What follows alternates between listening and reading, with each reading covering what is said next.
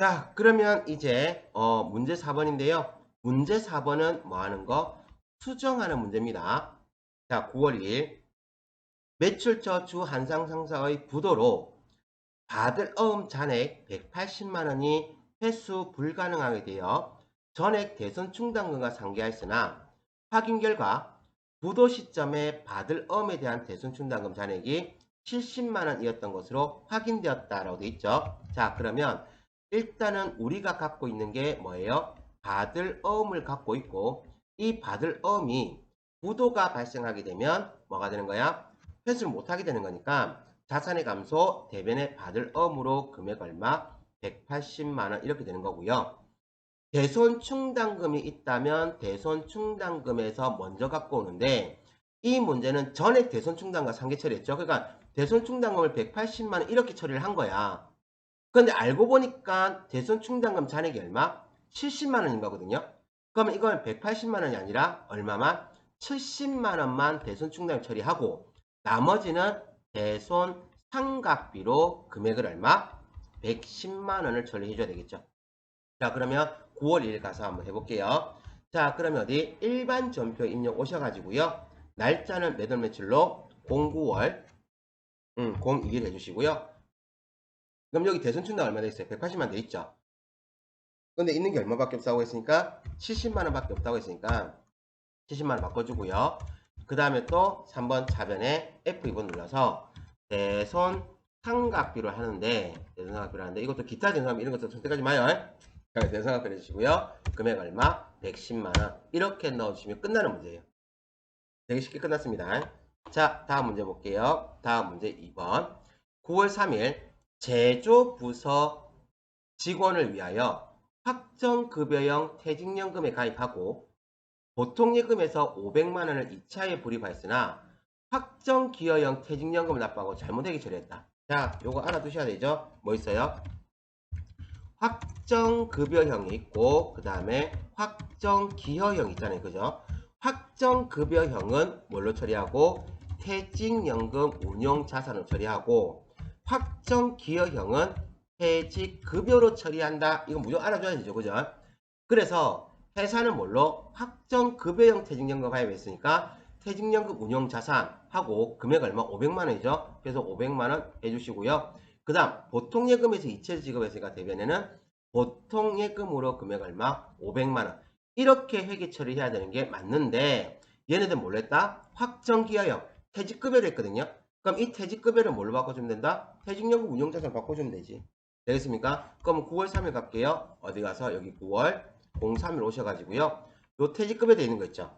계정과목 번호에서 F2번 눌러가지고 퇴직연금 운용자산으로 요렇게 해주시면 끝. 되겠습니까? 네, 어려운 거 없으시죠? 그죠? 자, 다음 문제 넘어가 볼게요. 문제 몇 번? 5번. 자, 문제 5번은 뭡니까? 결산정리사항. 결산정리라고 하면은 일단은 우리가 올해가 몇 년도예요? 올해는 2021년도라고 되어 있죠? 2021년도입니다. 되겠죠? 자, 그리고 결산이라고 얘기하게 되면 항상 몇 월 며칠? 12월 31일에 있다라고 생각하시면 되세요.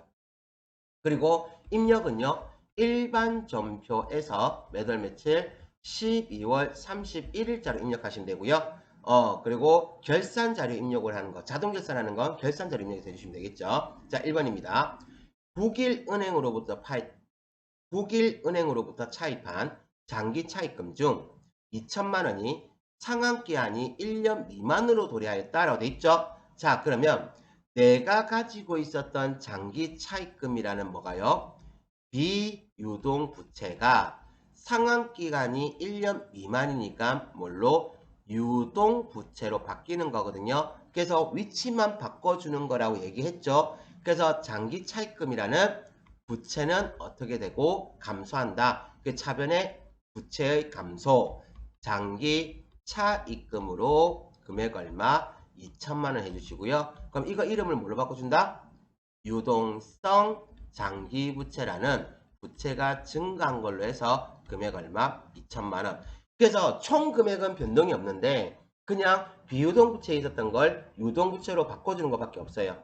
자, 은행은 어디예요? 국일은행이죠. 그럼 각각 거래처는 국일은행을 넣어줄게요. 자, 그러면 일반 존표 매달 며칠 12월 31일 오셔가지고요. 3번 차변에 F2번 눌러서 뭘로 장기 차입금 해주시고요. 금액 얼마? 2천만원. 다음 4번 대변에 F2번 눌러서 유동성 장기 부채로 해서 금액 얼마? 2천만원. 이때 장기 차입금은 F2번 누르셔가지고요. 국일은행 넣어주시고 유동성 장기 부채도 F2번 눌러서 국일은행으로 이렇게 넣어주시면 되겠습니다. 자, 그 다음 문제 넘어가 볼게요. 다음 문제 몇 번? 2번. 자, 2021년 9월 1일에 1년분 영업부 건물의 임차료 1,440만원을 한꺼번에 현금으로 지급하고 성급비용 계정으로 차병에 계산하였다. 월할 계산하시오라 되어있죠. 자, 일단은 올해는 몇 년도? 올해는 2021년도입니다. 9월 1일에 1년분 거 납부했죠? 자, 그럼 읽어봅시다. 9월 1일에 1년분을 납부했으니까 자, 차변에는 뭐가 되고요? 임차료가 되는 거고 1,440만원. 그리고 대변에는요. 이걸 현금으로 납부했다면 현금으로 1,440만원 이렇게 납부하는 게 일반적인 거 아니면 비용으로 계상했다. 비용으로 차변에 기록했다. 차변에 비용으로 계상했다. 이 얘기는 이렇게 되는 거야. 그런데 이 문제는 성급 비용으로 계정으로 차변에 계산했다. 이거거든요. 자, 선생님 이게 무슨 말입니까? 라고 얘기한다 그러면 요거 임차료 있죠? 임차료를 뭘로 썼다는 얘기야? 성급 비용이라는 계정 과목으로 기록을 했다는 얘기인 거야. 그러면 기말 결산 가서 결산이 뒤집어진다 그랬죠? 자, 그래서 일단 요것부터 먼저 한번 해볼게요. 요거는 뭐냐면 9월 1일에 우리가 뭐 했어요? 1년분 임차 납부했죠? 그러면 기말 결산 12월 31일에 오면요. 자, 이 임차료가 9월, 10월, 11월, 12월께 올해 거고요. 그 다음에 1, 2, 3, 4, 5, 6, 7, 8, 9까지 가면 안 되지. 되겠죠? 8월달까지는 올해 임차료가 아니라 내년 임차료가 되는 거예요. 자, 그래서 자, 이걸 한번 계산해 볼게요. 1,440만원 중에서 곱하기 올해는 몇 달? 9, 10, 11, 12 넉 달이잖아요. 그죠? 넉 달이니까 곱하기 4 나누기 12를 하게 되면 480만원. 즉 올해 임차료를 인식해야 될 건 480만원이고요. 다음 연도에 임차료를 인식해야 될 거는 얼마에서 1440만원에다가 곱하기 8 나누기 12를 하게 되면 960만원은 다음 연도에 인식해야 되는 임차료인데 한 번에 다 기록해놨잖아. 맞죠? 그랬으니까 임차료 중에서 차기에 해당하는 960만원은 뭘로? 다음 연도로 이월시키자. 그래서 단기에 임차를 줄이자 해서 차변하고 대변 중에서 비용을 차감시킨다. 임차료를 얼마? 960만원 해주시고요. 그러면 미리 납부한 비용을 우리 뭐라고 얘기한다? 성급 비용으로 금액이 얼마? 960만원 이렇게 되겠죠. 어떻게 왜 이래 맞노? 되겠죠? 자, 이렇게 됩니다. 그래서 이렇게 되는 게 일반적인 건데 얘네들은 납부할 때 물론 9월 1일 날 납부할 때 뭐라고 했냐면요. 성급 비용 계정으로 차변 기록했죠. 그럼 이게 임차료가 아니라 뭔 거예요? 성급 비용으로 기록이 되어 있는 거예요. 이 말이죠. 그러면 이게 성급 비용으로 기록이 되어 있다 그러면 단기분에 해당하는 임차료는 기록이 됐어요? 안 됐어요? 자, 여기서 헷갈리죠? 자, 단기에 해당하는 임차료는 성급 비용으로는 기록이 되었지만 임차료로는 기록이 안 됐잖아. 그래서 단기분에 해당하는 임차료만 기록해 준대요. 그러면 단기분에 해당하는 건 언젠데? 9, 10, 11, 12 넉 달치에 대한 거잖아. 그래서 1,440만원에다가 곱하기 넉 달 나누기 10을 하게 되면 480만원. 그러면 차변하고 대변 중에서 단기에 해당하는 임차료가 480만원만큼 발생했습니다. 그 차변의 임차료 비용의 발생으로 480만원 기록해 주시고요. 그 다음 성급 비용 중에서 얼마가 480만원만큼 주는 거죠. 그 대변의 자산의 감소 성급 비용으로 480만원 이렇게 기록하시면 되는 거라. 됐습니까? 그래서 12월 31일의 분계는 내가 뭐 했을 때 12월 분계는 내가 기중에 선급 비용으로 처리했다 그러면 비용으로 처리했던 거랑 분계가 달라진다는 거 기억해 두세요. 자, 그러면 이거 어디 가서 날짜 12월 31일에서 3번 차변에 F2번 눌러서 임차료로 해주시는데 이게 영업보죠. 몇 번대? 800번대 해주시고요. 요리가 딱 지나갈 때 이게 위에 게 또 나올 때가 있거든요. 그럼 어떻게 하면 돼요? 스페이스 한번 치고 넘어가시면 돼요. 이 말했죠? 자, 금액 얼마? 480만원. 다음 4번 대변에 F2번 눌러서 성급 비용으로 해서 금액 얼마? 480만원. 이때 성급 비용에는 거기가 어디냐면 거래처 에이스 빌딩이거든요. 그래서 F2번 눌러서 에이스 빌딩이라고 좀 넣어주시면 좋아요. 되겠죠? 여기까지 하겠습니다. 자, 그럼 이제 다음 문제 볼게요. 다음 문제. 자, 문제 3번. 결산일 현재 다음과 같이 제조 원가에 반영할, 자, 제조 원가라고 하면 500번대 비용이 되겠죠. 반영할 감가상각비를 계상하고자 한다. 단 고정 자산을 등록하지 않고 직접 결산에 반영한다 라고 되어 있네요. 자, 그러면 이거는 어디 가서 이게 가장 대표적인 뭡니까? 결산자료 입력이죠. 자, 저는 결산자료 입력 가서 해결할래요. 자, 이거 끄고요. 자, 어디 여기 오셔가지고 결산 재무제표에 보면 결산자료 입력이라고 있죠. 그래서 이 친구 결산자료 입력을 클릭하고 들어와 주시고요. 자, 기간은 01월에서부터 12월. 뭐냐면 회사가 별다른 사항이 없다면 1월 1일부터 12월 말일까지가 회기 기간이거든요. 그래서 기간은 1월부터 12월로 해주시고요. 자, 방금 문제에서 제조 원가라고 얘기했기 때문에 제가 몇 번대? 500번대 찾아가라 얘기했죠. 자, 그래서 이쪽에 보시면 제품 매출원가, 원재료비, 노무비, 그리고 경비라고 되어 있죠. 쭉 올라가면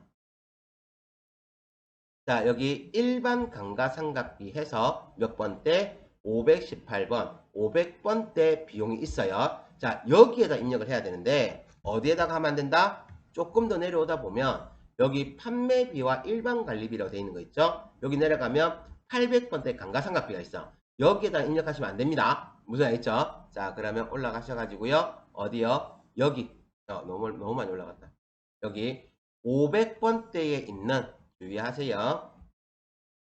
자, 500번대입니다. 요거 500번대에 있는 일반 감가상각비에서 자, 문제에서 건물 얼마? 1150만원 줬거든요. 1150만원으로 넣어주시고 그 다음에 기계장치 720만원 해서 넣어주시고요. 그 다음 차량 운반구 360만원 해서 넣어주시고요. 자, 이렇게 해서 다 됐다 그러면 어떻게 해라?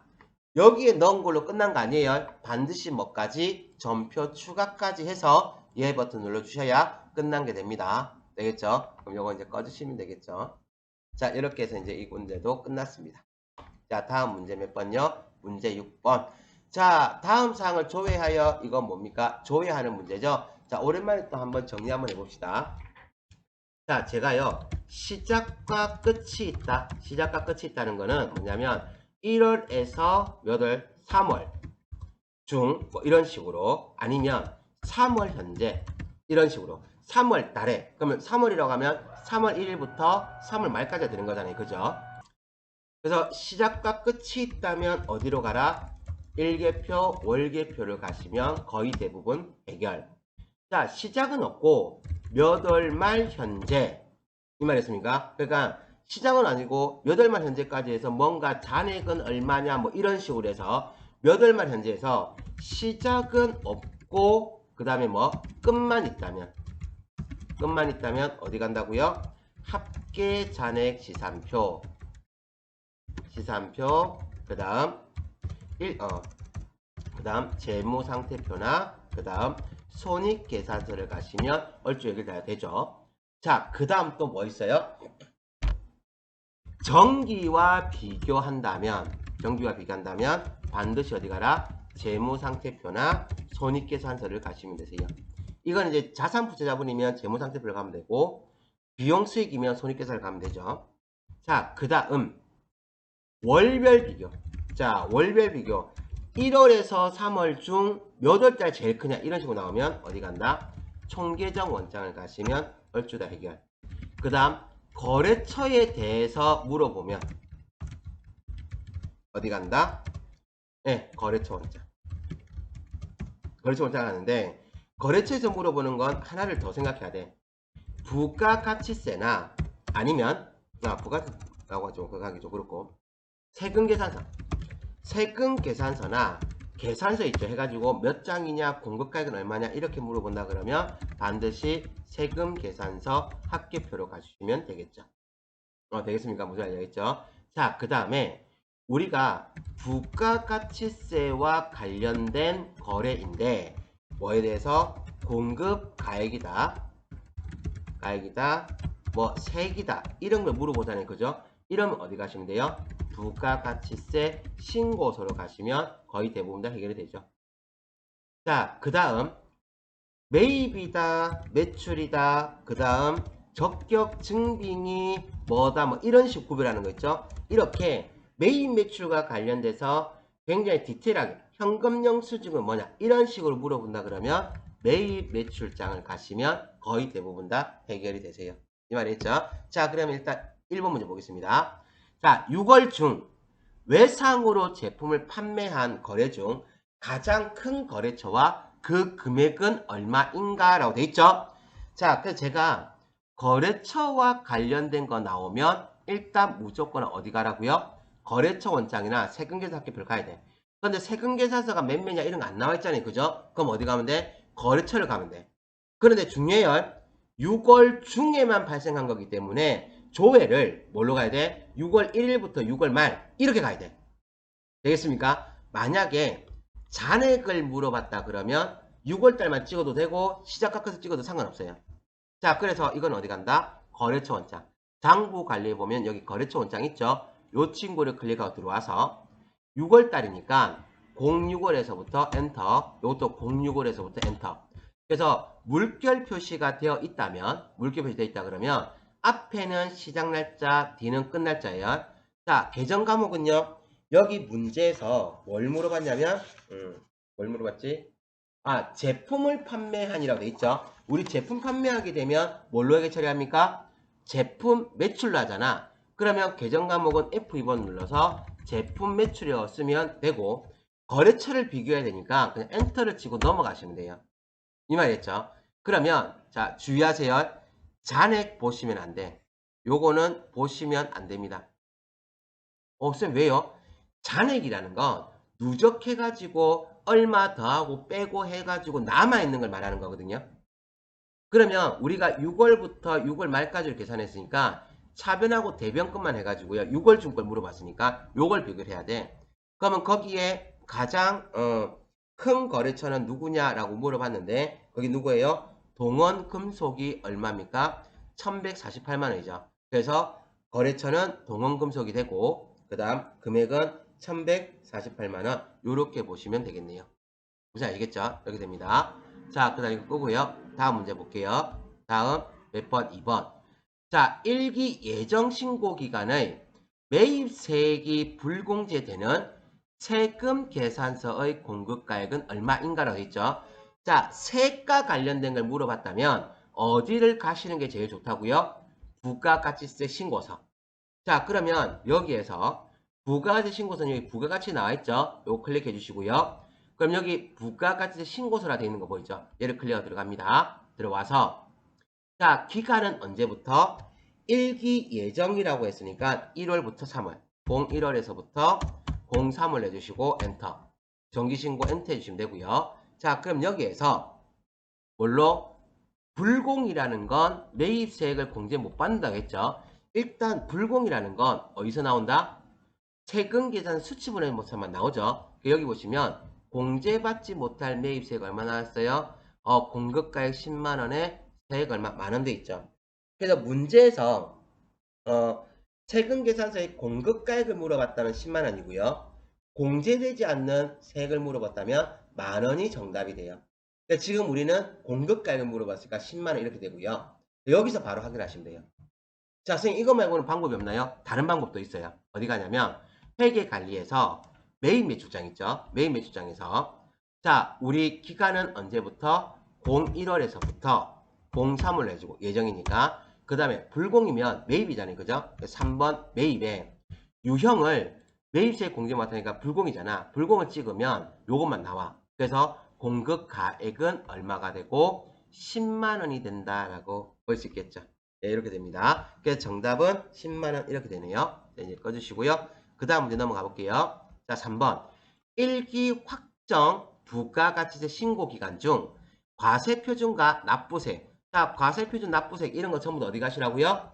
부가가치세 신고서를 가시면 돼. 자, 그러면 여기에서 부가가치에서 부가가치 신고서 있죠? 요 친구 클릭하고 들어와 주시고요. 자, 기간은 1기 확정이니까 04월에서부터 06월 내주시고 엔터. 정기신고에서 엔터합니다. 그러면 잘 봐야 돼요. 과세표준이라고 얘기했죠. 과세표준은 매입을 얘기하는 게 아니라 오로지 매출과 관련된 것만 우리가 과세표준으로 봐요. 그래서 과세표준 및 매출세 나와 있죠. 그럼 과세표준 금액은 합계 밑에 봅니다. 얼마 나와 있어요? 요 합계 보면 되겠죠. 1억 8,954만 6천원. 이게 뭐가 되고요? 과세표준이고요. 그 다음 납부세액 물어봤죠? 자, 납부세액은 여기 밑에 나와요. 납부세 얼마요? 803만 100원 이렇게 나오죠. 정답은 803만 100원 이거랑 그 다음 합계 요금액 요거 두 개가 정답이 되겠습니다. 자, 여기까지 따라오신다 수고하셨고요. 다음 회차 가지고 또 뵙도록 하겠습니다. 수고하셨습니다.